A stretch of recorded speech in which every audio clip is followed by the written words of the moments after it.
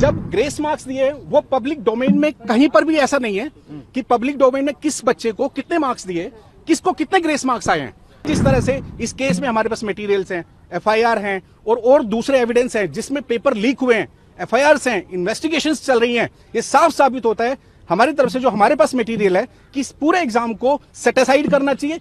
वो क्या हुआ जब 5 बच्चों के 720 एक ही क्लासरूम में सीरीज वाइज आ रहे हैं, वो मुद्दा कहाँ गया?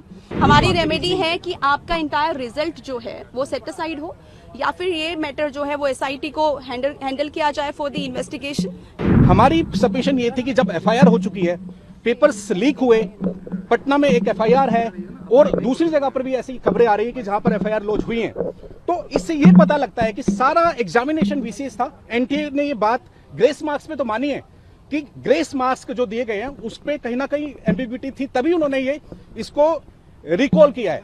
लेकिन मैंने आज अभी कोर्ट में ये आर्ग्यू किया, जज साहब को बताया कि जब ग्रेस मार्क्स दिए वो पब्लिक डोमेन में कहीं पर भी ऐसा नहीं है कि पब्लिक डोमेन में किस बच्चे को कितने मार्क्स दिए, किसको कितने ग्रेस मार्क्स आए हैं।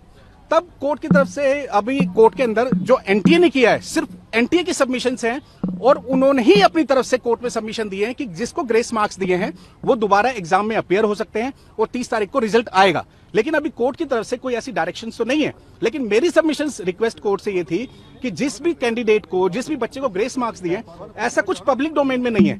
तो कोर्ट का यही ऑब्जर्वेशन था कि अभी आप एनटीए का रिप्लाई आना है, एनटीए के रिप्लाई आने के बाद में जो हमारी सबमिशंस हैं और इस केस को दोबारा से मेरिट्स पे जो 8 जुलाई को सुना जाएगा ये होगा।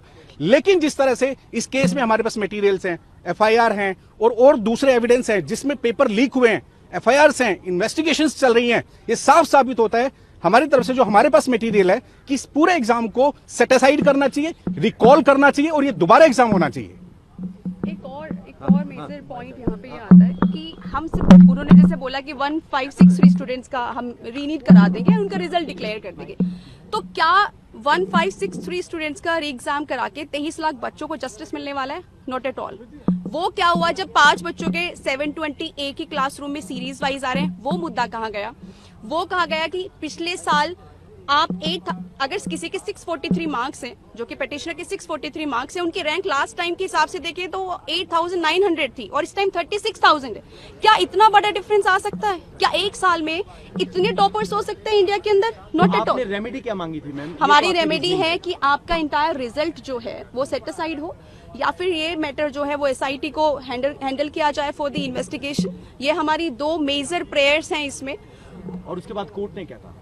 देखिए, कोर्ट में अभी यही है कि let the response come, because NTA का भी रिस्पॉन्स आना बाकी है इसमें, right? They have to file the counter, उसके बाद ही इसमें फाइनल डिसीजन होगा। तो अभी फाइनल आर्ग्यूमेंट की स्टेज पे तो नहीं है matter, but hope for the best, क्योंकि ये पूरे, मैं बोलूंगी कि 23 लाख बच्चे एक पूरा युवा का भविष्य है। 23 लाख बच्चे कम नहीं होते और अगर अच्छा जजमेंट आता है तो ये पूरे भारत के, मैं बोलूंगी कि एक युवा के अंदर एक फेथ क्रिएट होगा जस्टिस को लेके, या फिर एजुकेशन डिपार्टमेंट की। हमारे इंडिया की एजुकेशन बहुत अच्छी है।